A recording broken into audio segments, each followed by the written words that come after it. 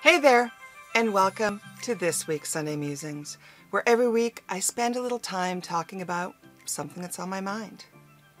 I also write a weekly blog hosted on Medium. The link for that is right here.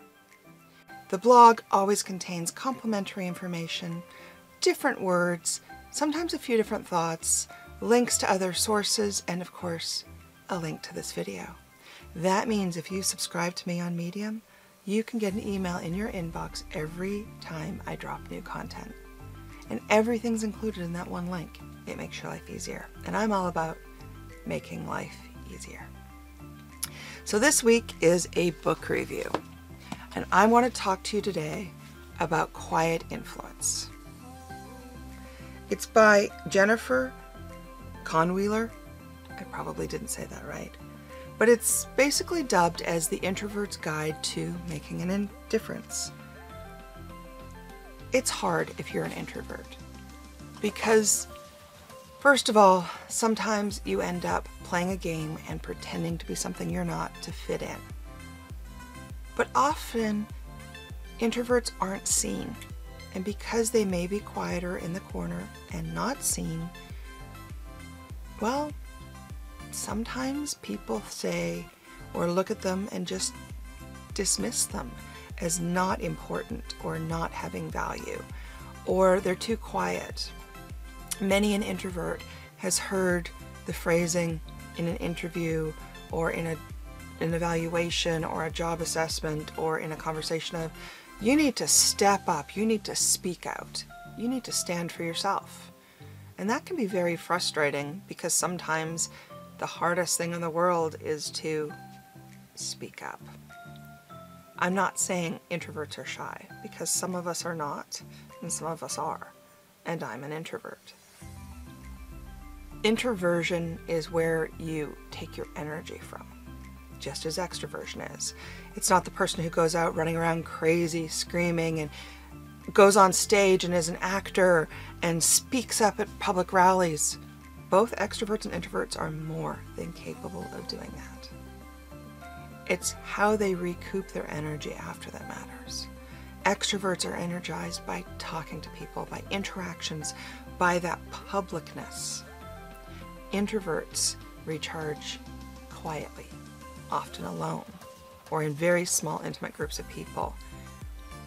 They can get burnt out from too much peopling and just need some time alone.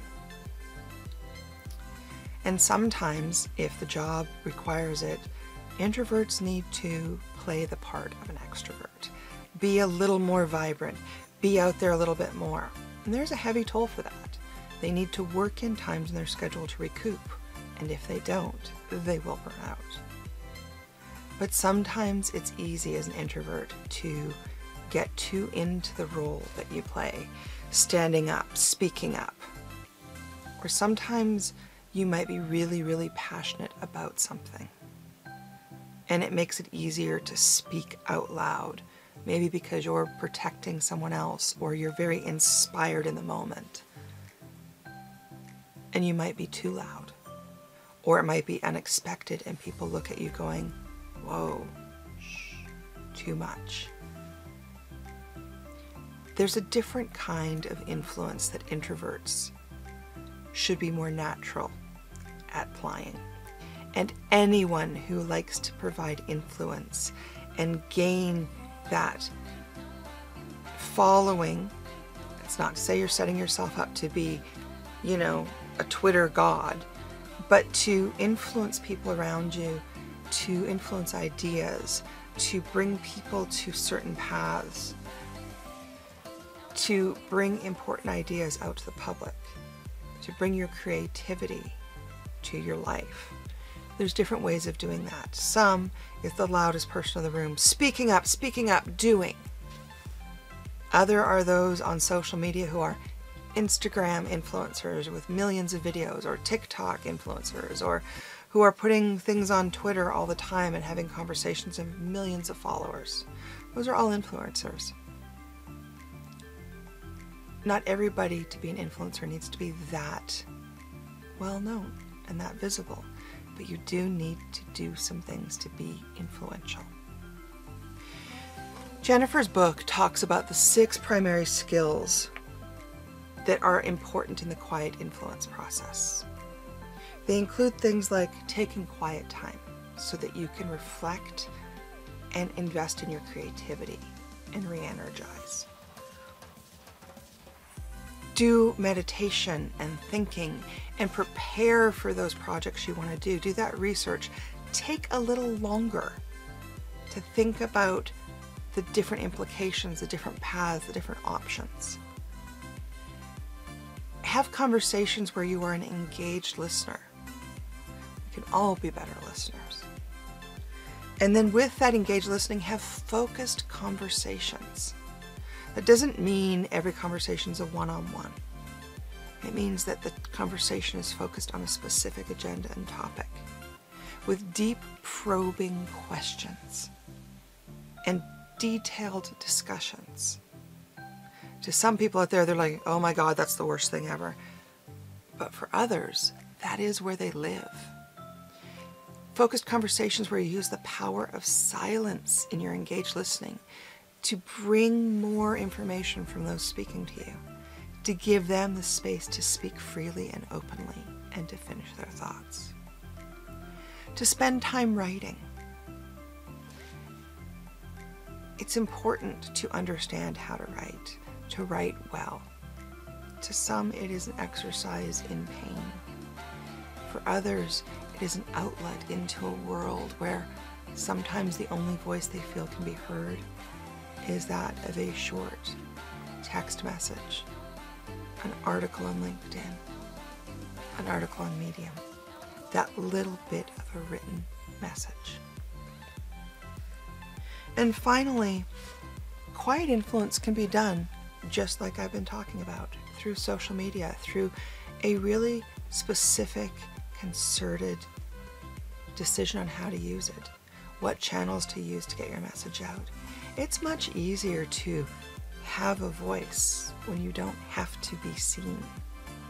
By putting pictures on Instagram, by doing live feeds on your voice, maybe by doing written blogs, by posting and commenting on people on LinkedIn, by having an idea, by having a social media presence. You can hide behind the computer and put your message out.